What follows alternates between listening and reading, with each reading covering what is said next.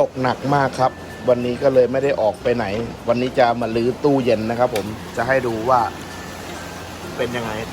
ตกหนักแค่ไหนครับผม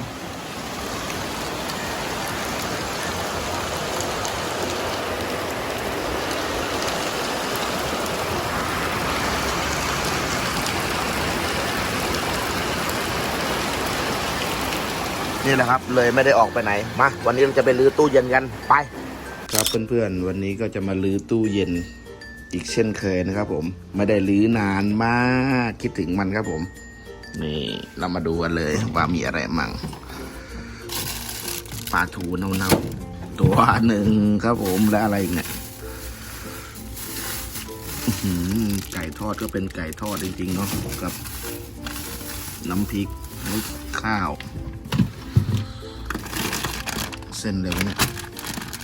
เส้นยากิโซบะครับผมพอได้เลยแล้วก็ผักเก่าๆผักโง่ๆนี่แหละครับผักเก่าๆผักโง่ๆมาลื้อมันให้หมดแล้วก็มีข้าวโพดมีแครอทมีอะไรอีกมะนาวโอเคครับผมผัดเส้นยากิโซบะกันดีกว่าไปมาเปิดดูตู้อีกครับผมมีอะไรบ้างครับผมพริกแห้งเส้น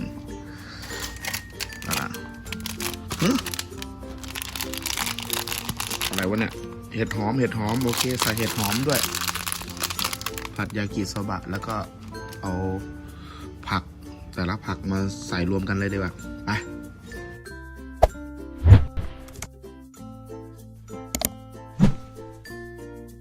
สวัสดีครับเป็นอาภาหิวก็มาพบกันอีกเช่นเคยนะครับผมวันนี้มีอะไรเหรอจะนำเสนอให้ดู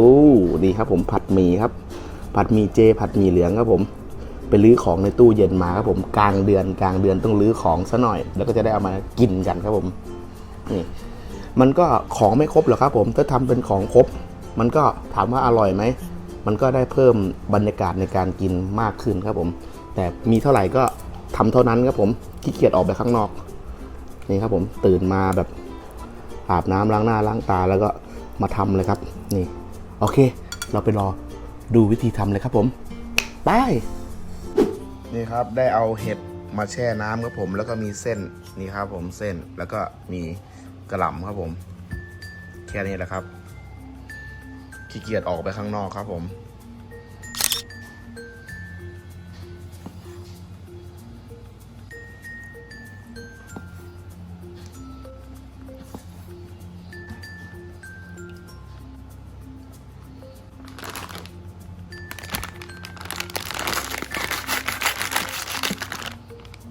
ในตู้เย็นมีอะไรก็ผัดไปแค่นั้นนะครับผมเพราะผมมีอยู่แค่นี้มีเห็ดหอมกระเทียมแล้วก็น้ำเห็ดหอมครับผมแล้วก็ผักกระหล่ำแค่นี้แหละครับผมอยู่ได้นะครับนี่เมนูประหยัดอีกเมนูหนึ่งนี่ครับผมใส่กระเทียมแล้วก็เห็ดหอมครับผมเอาไปผัดเลย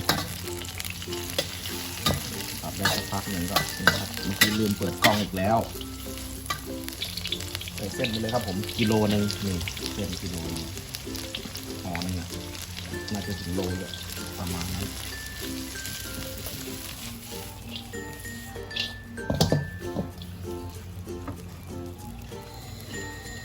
น้ำแช่เห็ดครับผมน้ำแช่เห็ดหอมนิดนึงโอเค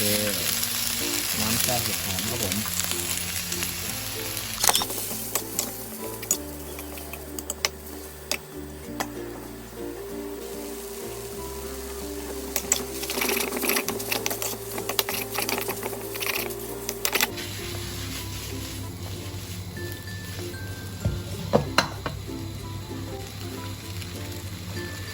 ตามด้วยผักเลยครับผมจะใส่ผักอะไรแล้วแต่ตามชอบครับผมในตู้เย็นมันมีแค่นี้ครับผมเลยใส่แค่นี้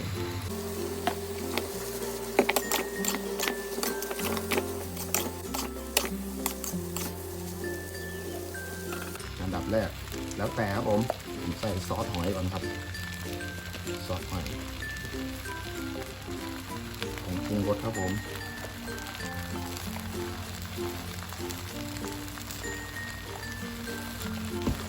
น้ำ ำตาลครับผมน้ำตาลซีอิ๊วดำซีอิ๊วขาวครับผมแป้งครับแป้งข้าวโพดนี่แหละครับผมไม่มีถั่วก็มีถั่วป่นโอเคเลยครับผมไม่มีถั่วป่น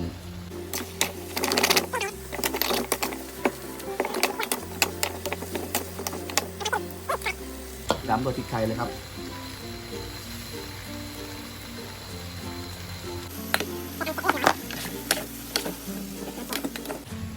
ดูหน้าตาครับผมหอมมากยอดโอเคครับตักใส่จานเลยครับดูสิเยอะนะเนี่ยตักใส่จานเลยครับเพื่อนๆจะกินหมดไหมนะ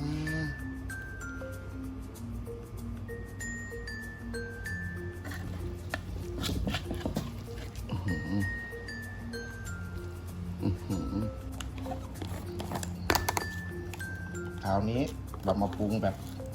ก่อนจะกินครับผมมีพริกโอเคพริกแล้วก็มะนาวครับผมมะนาวเอาเผ็ดหน่อยผมชอบเผ็ดๆครับน้ำตาลครับผมน้ำตาลไปครับพริกไทยจัดครับรสจัดแล้วก็นี่ครับน้ำมันงาหอมๆครับผมช่วงบีบมะนาวเลยแล้วก็คลุกครับผมคลุกเหนียวสุดยอดเป็นไงครับกลับมาแล้วครับผมเป็นยังไงบ้างครับวิธีทำมีเท่าไหร่ก็ทำเท่านั้นแหละครับผมของในตู้เย็นนะมีเท่าไหร่ก็ทำเท่านั้นเอามาประยุกต์ครับผม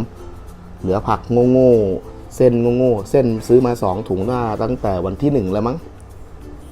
นี่ก็เข้าไปวันที่12 13แล้วมั้งเนี่ย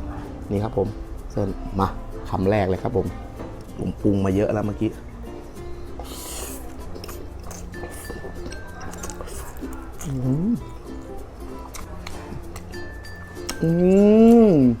แซ่บอีหลีสะใจว่ะโคตรได้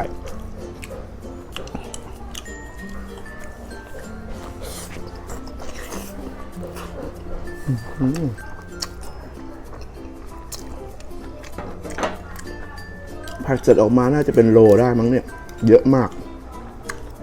ผมก็เป็นคนที่ชอบกินเส้นเหมือนกันเคยดูเกาหลีกินอ่ะมันจะเป็นดำๆแต่น้ำซอสน่าจะเป็นซอสถั่วเหลืองหรืออะไรสักอย่างนี่แหละมันเขาเรียกว่าอะไรจางเมียงเหรอใช่ไหมจางเมียงอะไรสักอย่างนี่แหละผมว่ารสชาติก็น่าจะคล้ายกันนะ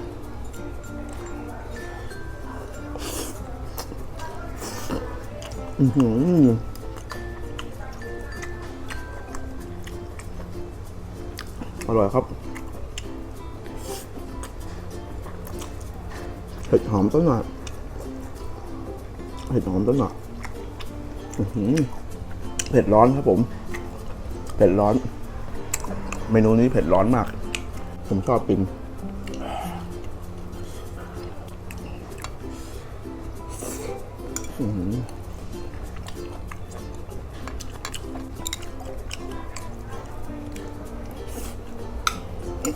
เห็นน้องๆบอกว่ามุมนี้กล้องชัดดีก็เลยจัดต่อครับผมแต่เสียงมันจะรบกวนหน่อยนะกินไปคุยไปเป็นกันเองดีครับผม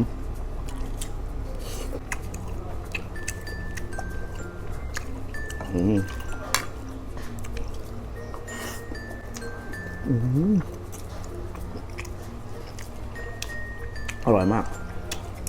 อย่าลืมกด Subscribe กดติดตามกดกระดิ่งให้ผมนะครับผมและก็อย่าลืมติดตามในเพจด้วยเพื่อจะแจ้งข่าวสารนี่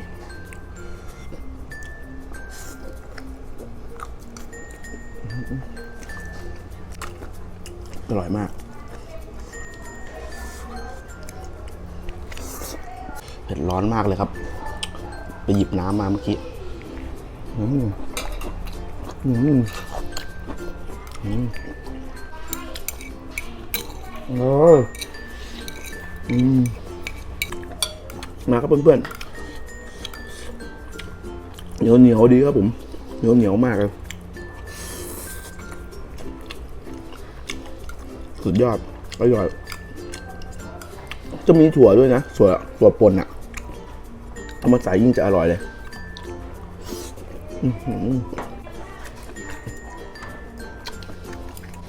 ที่ผมใส่แป้งข้าวโพดไปเพื่อจะให้มันเหนียวหน่อยอย่าผสมน้ำนะครับผมเดี๋ยวกลายเป็นราดหน้า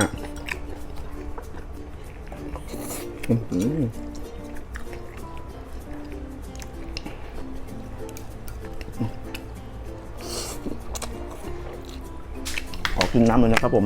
น้ำ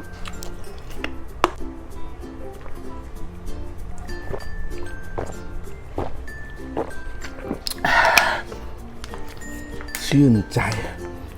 ใครชอบรื้อตู้เย็นก็บอกผมนะครับผม EP รื้อตู้เย็นเนี่ยนี่ครับเส้น